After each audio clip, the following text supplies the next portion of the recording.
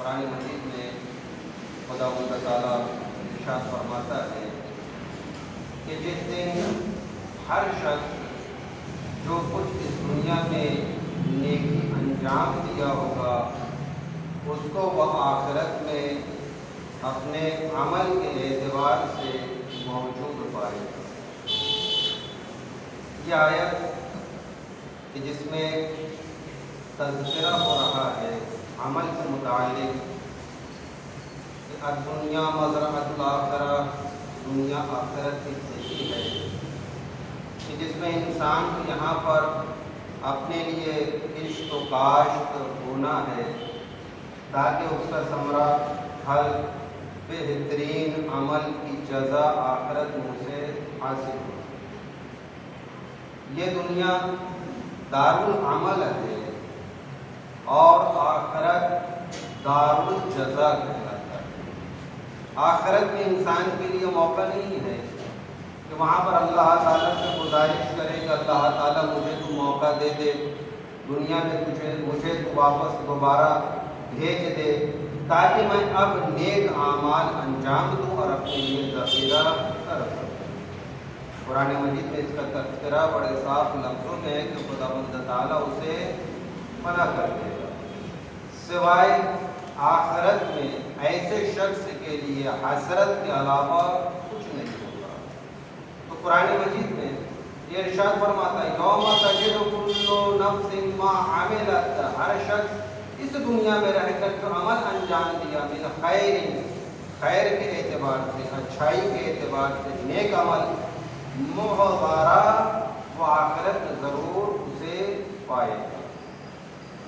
جب قبر میں انسان کو دفن کر دیا جاتا ہے، جس کو امام نے بیان فرمایا، تو قبر میں دفن کر دینے کے بعد جب مومنین چلے جاتے ہیں اور سوال منکر و نکیر کی جانب سے سوالات کیے جاتے ہیں، اس کے بعد 3 جسم قبر میں مجسم ہوتے ہیں۔ امام نے فرمایا پہلا جسم مجسم ہوتا ہے اور مجسم ہونے کے بعد اس سے مردے سے خود گویا ہوتا ہے اور کہتا ہے کہ میں تیرا مال، وہ مال کی جو تو نے دنیا میں کما رکھا تھا، میں تیرا مال ہوں جسے تو نے دنیا میں چھوڑ آیا۔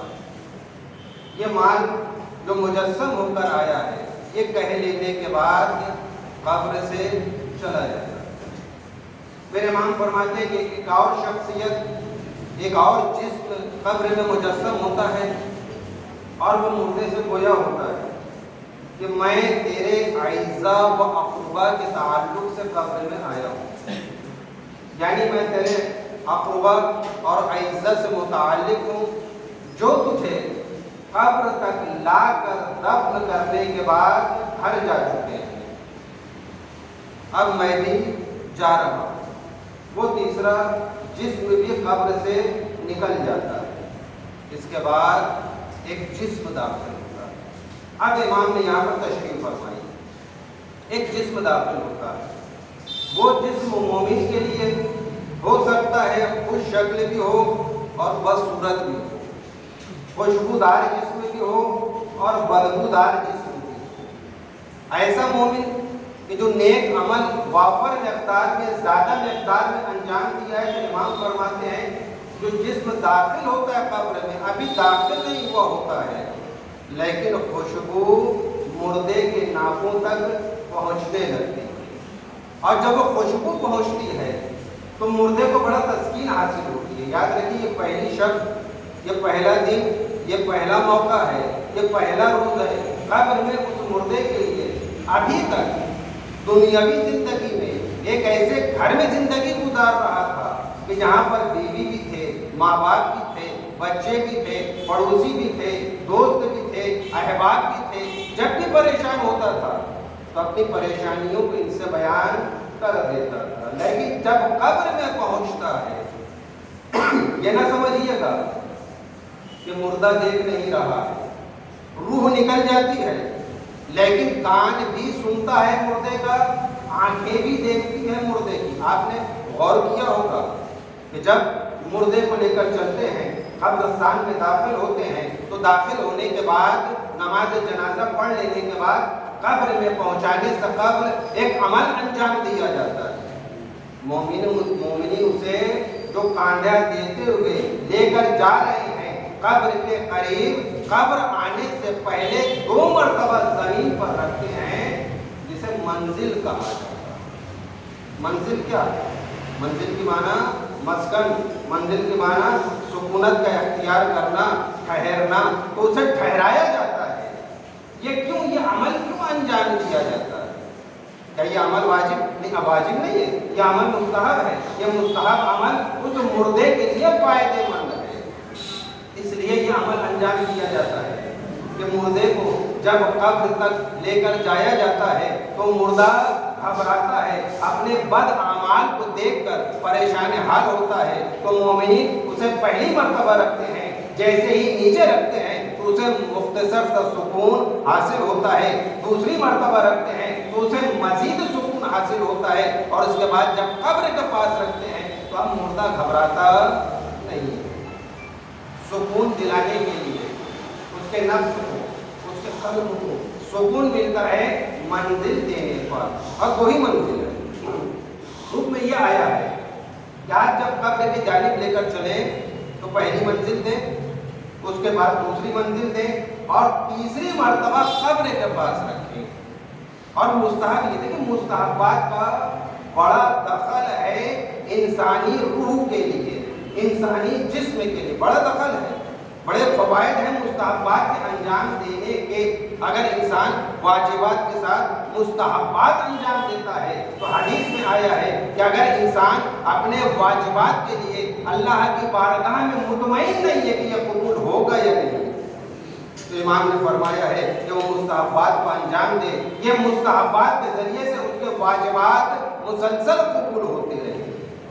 تو مستحب ہے کہ جب آپ منزل دیتے ہوئے لے کر پہنچے مردے کو، اگر مردہ میت مرد کی ہے تو اس کو آپ پائیدی رکھتے ہیں، اور اگر مردہ میت جو ہے عورت کی ہے تو اسے دائیں جانب اگر بہتر ہے تو دائیں جانب رکھتے ہیں آپ، اور نہیں ممکن ہے تو بائیں جانب، مگر دائیں جانب رکھا جائے اور اس کو سر کے اوپر سے اتارا جائے. اور اگر مرد ہے تو پائیدی سے سیدھا اسے قبر میں اتارا جائے. یہ مستحب ہے، یہ مردے کے لیے فائدے مند ہے.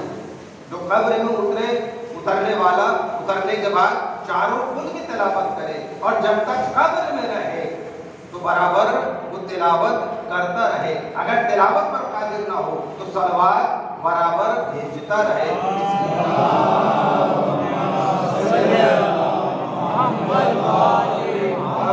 کرنے والی کی بڑی ذمہ داری ہوتی ہے. آپ جانتے ہیں کہ تمام افراد قبر کے باہر ہیں، میں ڈرا نہیں رہا ہوں، اس لیے کہ بشیر اور نذیر رسول کی ذات ہے، بشارت دینے والی بھی ہے، ڈرانے والی بھی ہے کہ جب انسان قبر میں اترتا ہے تو یاد رکھیے باہر کھڑے ہوئے انسان سے زیادہ قریب وہ شخص ہے قبر سے جو قبر میں اترا ہوا ہے. تو اسے وہاں پر محسوس کرنا چاہیے کہ میں قبر سے بہت قریب ہو گیا ہوں. ہر شخص کو اس قبر میں آنا ہے، ہر شخص کو اس قبر میں دفن ہونا ہے، تو وہاں پر پروردگار کو زیادہ سے زیادہ یاد کرے، پروردگار کی مغفرت کی طلب کرے، مردے کے لیے بھی دعا کرے، مومنین کے لیے بھی دعا کرے، اپنی مغفرت کے لیے بھی دعا کرے. انشاءاللہ تعالی اللہ تعالی کے پاس عمل کثیر کی ضرورت نہیں ہے، عمل قلیل ہے، اور اگر نیت خالص ہے تو خدا بند تعالیٰ اس عمل کو قبول فرماتا ہے. جناب آدم ہے کہ واقعہ نہیں پڑھتا ملنا. جناب آدم اس دنیا میں جب تشریف لاتے ہیں، جناب آدم اور جناب حوا ہے. ابھی پوری دنیا کی آبادی صرف 2 آدمیوں پر مشتمل ہے، کروڑوں اربوں میں ہے ابھی اس وقت، لیکن اس وقت 2 صرف تھے، ایک جناب آدم، ایک جناب حوا. کائنات میں خدا بند تعالیٰ نے بہت سی مخلوقات الہی کو خلق فرما دیا تھا جناب آدم سے قبل. چرند تھے، پرند تھے، حیوانات تھے، دریائی مخلوقات، یہ تمام مخلوقات اس دنیا میں موجود ہیں. جب جناب آدم آتے ہیں اس دنیا میں تو وہ حیوانات کی جو برابر، یاد رکھیے انسان بھول جاتا ہے اپنے جانب آئے ہوئے ہادی کو، لیکن وہ جانور جو واقعی جنگل میں زندگی گزارتے ہیں، وہ ہادی کا تذکرہ بھی نہیں بھولتے ہیں، اپنے معبود کو بھی نہیں بھولتے ہیں، زبان قال کو برابر عبادتوں کو انجام دیتے ہیں، ذکر الہی برابر انجام دیتے ہیں۔ جب جناب آدم آتے ہیں تو ہرنوں کا ایک جھنڈ میں ہرن 20، 25، 100، 200 ایسے برابر آپ نے دیکھا ہوگا، جنگل میں ڈسکوری میں دیکھا ہوگا کہ زندگی گزارتے ہیں۔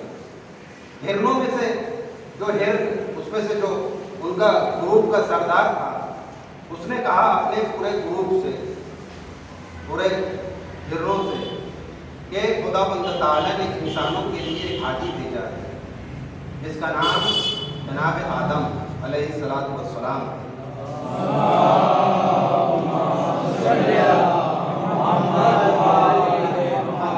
ہم چاہتے ہیں کہ جناب آدم کے خدمت میں چل کر سلام کریں۔ تمام ہرن آتے ہیں، جناب آدم کی خدمت میں آتے ہیں، سلام کرتے ہیں۔ جناب آدم کی خدمت میں دیکھیں، جب ہرن سلام کرتا چلا جاتا ہے تو جناب آدم علیہ السلام ان کو دعائیں دیتے ہیں اور ان کی پشت پر ہاتھ پھیرتے چلے جاتے ہیں۔ ایک ہرن کو ہاتھ پھیرا، دعائیں دی، دوسرے ہرن کو ہاتھ پھیرا، دعائیں دی۔ وہ تمام ریوڑ کے ہرن جب سلام کر چکے، تمام ہرنوں کو دعائیں دی جناب آدم نے، اور تمام ہرنوں کی پشت پہ ہاتھ پھیرتے چلے گئے۔ یہ تمام ہرن سلام کر کے چلے گئے جنگل میں۔ دوسرا ریوڑ جو ہرنوں کا جنگل میں چل رہا تھا، جب ان سے ملاقات ہوئی تو انہوں نے پوچھا کہ تم لوگ کہاں سے آ رہے ہو؟ اس لیے کہ تمہارے جسم میں سے خوشبو آ رہی ہے کہ جو ابھی تک ایسی خوشبو ہم نے نہیں سنی۔ بولے یہ تو ہمیں نہیں معلوم، لیکن ہم کہتے جناب آدم جو پہلے خلیفہ ہیں، جو انسانوں کے لیے اس دنیا میں بھیجے گئے ہیں، ہم کہتے ان کو سلام کرتے ہیں۔ تو ان کا جب ہم نے سلام کیا تو انہوں نے ہمیں دعائیں بھی دی اور ہمارے پشت پر ہاتھ بھی پھیرا۔ ہو سکتا ہے یہ ہاتھ پھیرنے کی برکت سے ہمارے جسم میں خوشبو آ گئی۔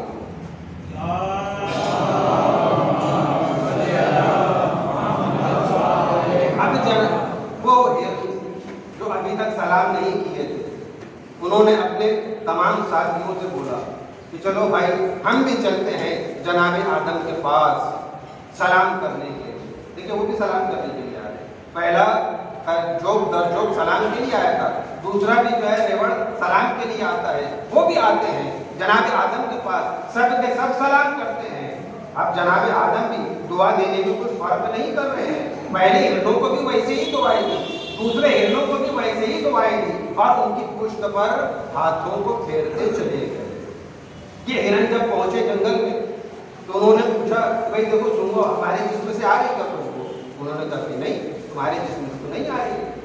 اب دونوں ریوڑ جناب آدم کے پاس آتے ہیں اور کہتے ہیں یا نبی اللہ، انہوں نے سلام کیا تو آپ نے ان کے جسم کو معطر کر دیا، اور ہم نے سلام کیا تو آپ نے ہمارے جسم کو معطر نہیں کیا۔ تو جناب آدم نے کہا ہے کہ معطر کرنا، خوشبودار کرنا میرے ہاتھ میں نہیں ہے، اللہ کے ہاتھ میں ہے۔ یہ پہلا ریوڑ جو آیا تھا مجھے سلام کرنے کے غرض سے نہیں، بلکہ اللہ کو خوشنود کرنے کے غرض سے آیا۔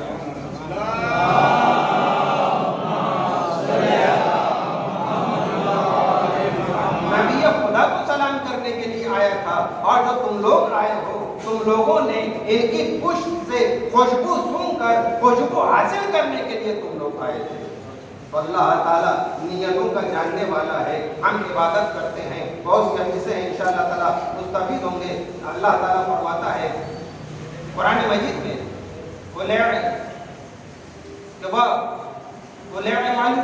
وَيَسَّرَ اللَّهُ عَمَلَكُمْ رَسُولَهُ وَالْمُؤْمِنُونَ، کہ اے رسول ان سے کہہ دو کہ تم اپنے اعمال کیے جاؤ، ابھی اللہ، اس کا رسول اور مومنین تمہارے اعمال کو ملاحظہ فرمائیں کہ تم اپنے اعمال کیے جاؤ۔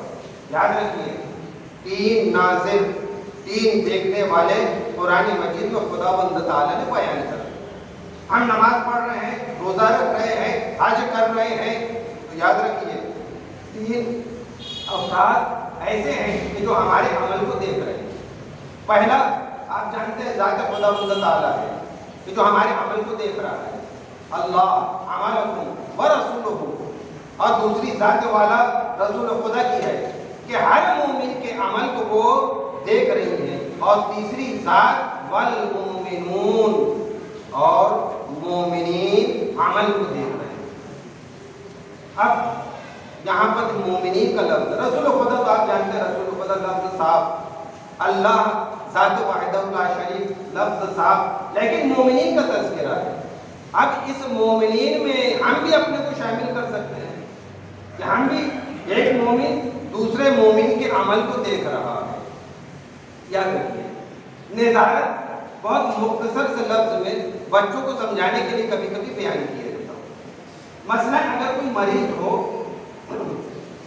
اور اس مریض کی علاج کی غرض سے آپ نظارت کروانا چاہتے ہو، ٹھیک ہے نا، تو علاج کی غرض سے کسی مریض کی نظارت یعنی دیکھ ریکھ کے لیے آپ کس کو رکھیں گے؟ ہاسپٹل کے چپراسی کو، ہے نا، وہ تو ہاسپٹل میں ہے نا، اور ان کے ہاسپٹل کے بہت سے کام انجام دیتا ہے۔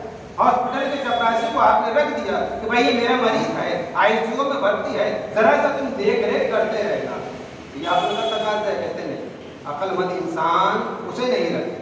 چلیے اس سے زیادہ آگے بڑھتے ہیں، وارڈ بوائے ہے، ہم اس کو رکھ دیتے ہیں، کہتے نہیں یہ بھی نہیں ہے، اگر ایمرجنسی آ گئی تو نہ وہ چپراسی کام کر سکے گا نہ وارڈ بوائے کام کر سکے گا، پھر کسے رکھنا ہوگا؟ کہتے کہ بہترین ڈاکٹر جو اس آئی سی یو میں ہوگا اسے ہمیں معمور کرنا ہوگا، اسے پیسہ دینا ہوگا، جو خرچہ ہوگا ہم اسے ادا کریں گے، اس لیے تاکہ اس کی نظارت باقی رہے۔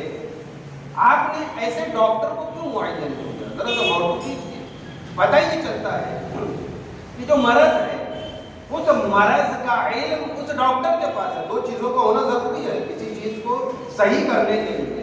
پہلی چیز وہ چیز کی خرابی کس چیز سے آئی ہے، اور دوسری چیز اس خرابی کو کس چیز سے دور کیا جائے گا۔ پہلے یہ انسان کو جانکاری ہونا چاہیے یہ مرض آیا کیوں ہے، اور دوسرے مرض کی شفا کے لیے دوا کو تجویز کیا جائے تو تجویز کون سی دوا کی جائے، یہ ڈاکٹر ہی جانتا ہے۔ اب آئیے عمل کی نظارت ہے اس آیت، تو عمل کی نظارت کے لیے ضروری ہے کہ ایسا مومن ہو کہ جو پورے عمل کو جانتا ہو، کہ جس کے عمل کی ضمانت رسول خدا نے غدیر کے میدان میں دی۔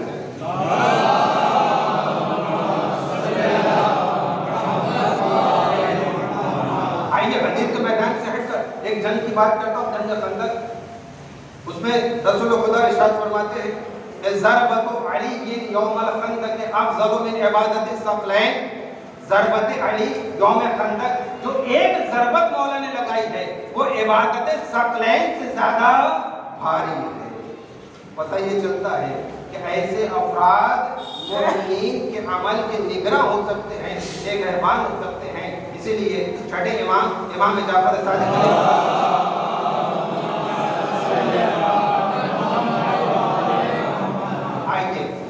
ہمارا عمل امام زمانہ کی خدمت میں روز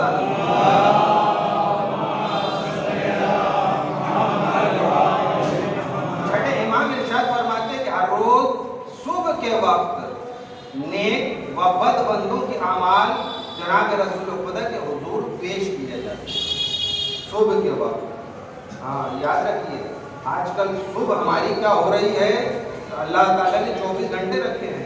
آج کل ماشاءاللہ سے ہمارے یہاں 24 گھنٹے نہیں رہے انسانوں کے، بہت گھٹ گئے ہیں۔ کسی کے 18 گھنٹے ہیں، کسی کے بیچارے کے 16 ہی گھنٹے، کسی کے 14 ہی گھنٹے۔ اگر کسی جوان کو آپ طلب کرنا چاہیں کہ بھائی آپ کا صبح میرے یہاں آ سکتے ہیں تو وہ انکار نہیں کرے گا وہ بندہ۔ دیکھیں کس طرح سے وہ اقرار کرے گا، جی مولانا صاحب انشاءاللہ تعالیٰ صبح 12 بجے آپ کے یہاں آ جاؤں گا۔ اب پتہ یہ چل رہا ہے کہ بندہ خدا کی اگر صبح 12 بجے ہو رہی ہے تو جو زوال آفتاب کا وقت 12 بج کے چند منٹ پہ ہوتا ہے تو اب اس کا زوال کا وقت کب ہوگا؟ تو پتہ یہ چلتا ہے، یاد رکھیے ہر شخص احتیاج مند ہے، ضرورت مند ہے غذا کا، غذائے روحانی، غذائے جسمانی، یہ دونوں غذا تقسیم ہوتی ہے اللہ تعالیٰ کی جانب سے۔ ہاں یہ ایمان رکھنا ہوگا، دونوں غذائیں اللہ تعالیٰ کی جانب سے تقسیم ہوتی ہے۔ اس کا ٹائم کب ہے، اس کا وقت کب ہے، خدا بند تعالیٰ نے کہہ دیا ہے کہ اگر تم غذائے جسمانی چاہتے ہو جسے رزق کہا جاتا ہے تو یہ صبح کے وقت تقسیم ہوتا ہے۔ آپ چاہتے ہیں غذائے روحانی سے غذائے جسمانی سے مستفید ہونا، اللہ تعالیٰ نے آپ کو موقع دیا ہے، آپ اٹھ جائیے، اٹھنے کے بعد نماز فجر پڑھیے، نماز فجر پڑھ لینے کے بعد خدا کی بارگاہ میں ہاتھوں کو اٹھا دیجیے، اپنے لیے بھی رزق کو طلب کیجیے اور مومنین کے لیے بھی رزق کو طلب کیجیے۔ بہت بہترین بندہ یہ ہوتا ہے کہ اپنی ذات پر دوسروں کو ترجیح دے۔ آپ سب سے بہترین شخصیت جو عورتوں میں ہے، جو جناب فاطمہ زہرا سلام اللہ علیہا، ان کے بارے میں دو معصوم زبان ان کے عمل کو نقل کر رہی ہے، جو برابر گھر میں موجود ان کے فرزند امام حسن امام حسین نقل فرماتے ہیں کہ ہماری